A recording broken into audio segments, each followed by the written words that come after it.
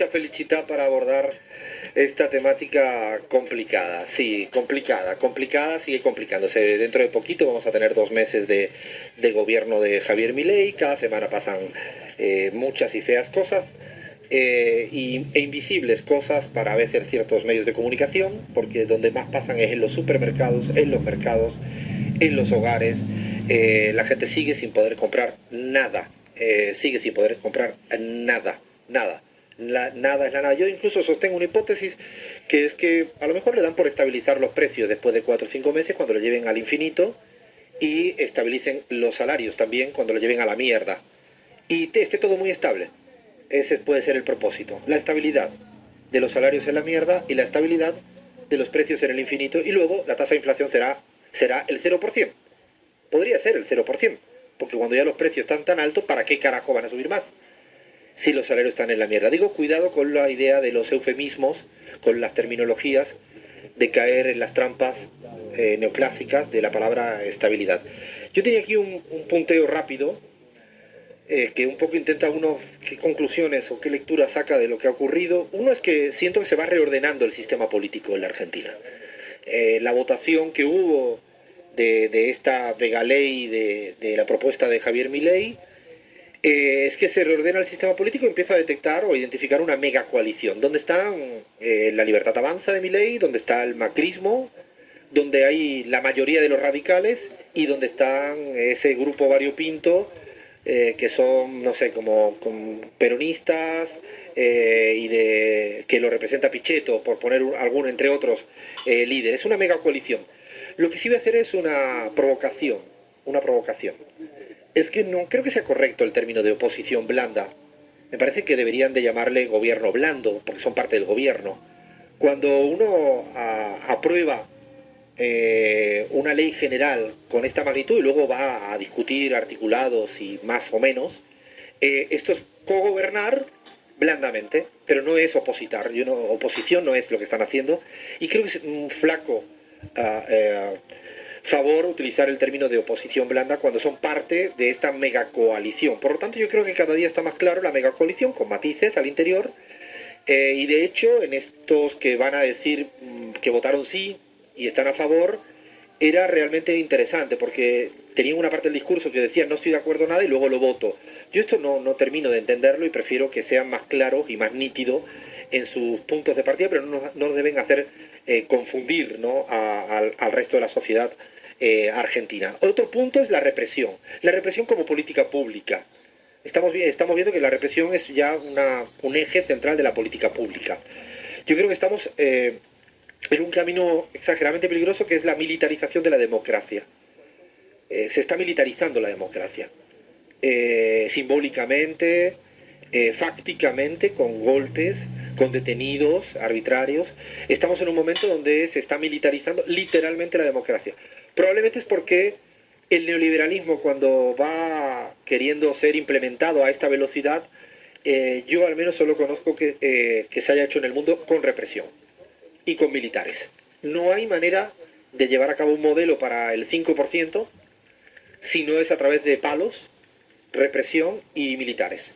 Y esta militarización de la democracia, esta represión más neoliberalismo, yo dejo una pregunta en el aire. ¿Está gobernando la política de seguridad del Estado la que quedó tercera en las elecciones presidenciales? Es decir, Patricia Bullrich y el macrismo, recordamos que quedó tercero. O sea, mi pregunta es, y eso se lo digo con mucho respeto al señor Milei, ¿usted está de acuerdo con toda la política de represión, de seguridad, de militares, sin gente inclusive, en las calles, que está llevando a cabo la tercera candidata? Digo tercera en votos, porque salió tercera. Es una pregunta porque si está usted de acuerdo, entonces está bien, debe asumir la responsabilidad. Pero si no está de acuerdo, también entiendo que debería de pedirle por favor a la tercera que asuma su rol de tercera. Es verdaderamente muy, muy, muy preocupante. Y dejo una pregunta en el aire que me la ha hecho esta semana llorando, y cuando digo llorando, creo que lloré 3 días de esta semana.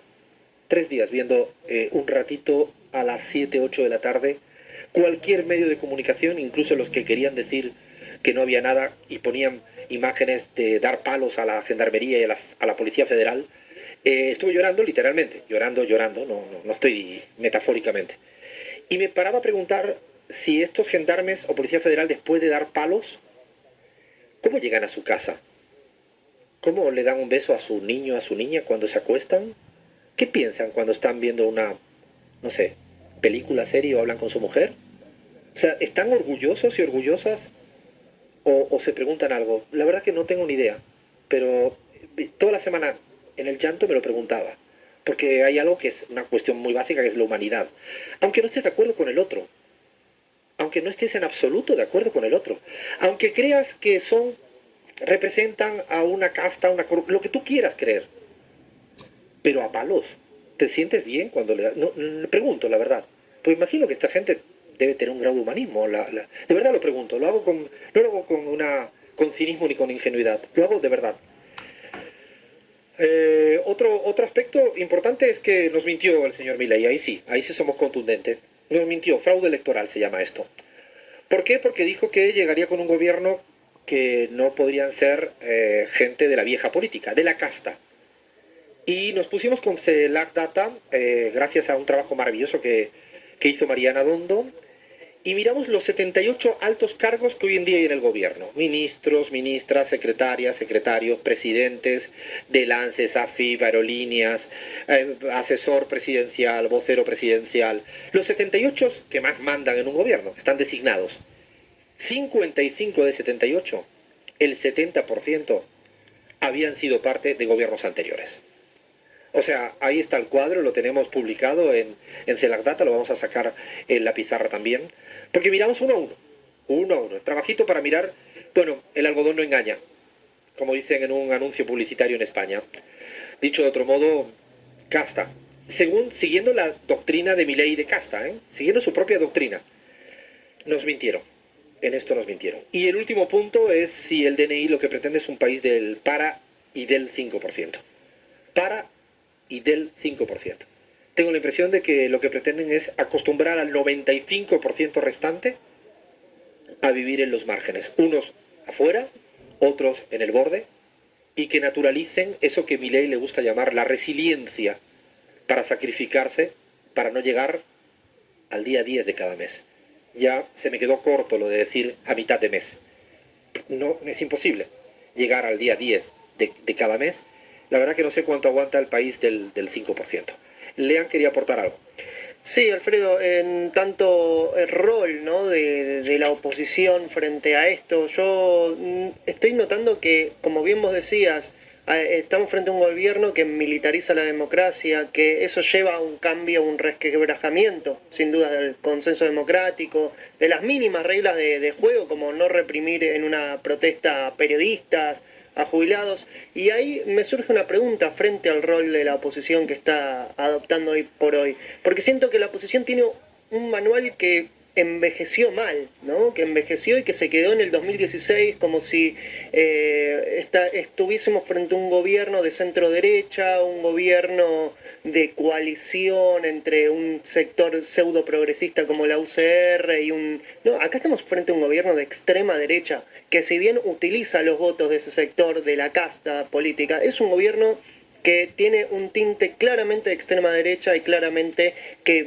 va hacia el resquebrajamiento del consenso democrático. Entonces me pregunto si esa estrategia no es necesaria actualizarla frente a esas reglas de juego. El peronismo y su etapismo, para mí, en estos momentos no va. La izquierda también está en una posición etapista, porque yo recuerdo las movilizaciones que le hacían a Cristina Fernández de Kirchner, enormes, contra el impuesto a las ganancias, cortaban la línea Sarmiento, todo eso no se ve hoy por hoy. Y yo creo que tendríamos que aprender mucho de la experiencia en Panamá, muy reciente, de la experiencia de Chile también, porque estamos frente a gobiernos de ese tipo. Yo creo que dejo una pregunta en el aire que no la vamos a poder responder, pero sí es importante hacérsela y reformularla, es cómo opositar, ¿no?, a este gobierno. Y yo creo que hay que plantear cómo se oposita al interior de las estructuras partidarias, si van a aparecer nuevas movilizaciones e instrumentos partidarios, pero yo dejo algo que incluso en este cómo opositar, y lo hago como pregunta, yo lo que no sé si la ciudadanía, la que no le votó, la que le votó por votarle, por darle una oportunidad, toda esa gran masa social, mi pregunta es si está debatiéndose todavía entre la resignación o la movilización. Ese dilema yo creo que todavía no está resuelto. Creo que ahí, por ahora, cada uno tendrá su opinión. Siento más resignación que rechazo movilizador. ¿Y eso no crees que con la acción política se puede ahí donde revertir? voy. En un país donde la conducción como terminología es vital, claro, depende de cómo se canalice, cómo provoques que la resignación pase a incluso a organizarse, inclusive antes de movilizarse, hasta podría ser organizarse. Bien, un dato que me pareció relevante que leí hoy en Página 2 en función a lo que decían los dos en términos de represión, que hasta el día jueves, porque ayer también sucedieron hechos de extrema violencia, 60 de los heridos, la mitad eran trabajadores de prensa, por lo cual esto me parece importante porque también significa el amedrentamiento de lo que está, de la gente que está contando qué es lo que está pasando, ¿no? Entonces me parece que es un dato en función de que también el gobierno quiere opacar y no contar que le están golpeando a los jubilados, que le están golpeando a la gente que se moviliza. Yo quería, incluso en ese sentido, viendo las imágenes esta semana, es una sugerencia para todo el mundo del periodismo. En la Argentina, los que vengan de afuera son corresponsales de guerra, sin que haya guerra. O sea, son corresponsales de guerra, digo literalmente porque lo que estamos percibiendo es lo más parecido a imágenes de guerra. Y digo sin que haya guerra porque cuando uno camina fuera de... no hay nada.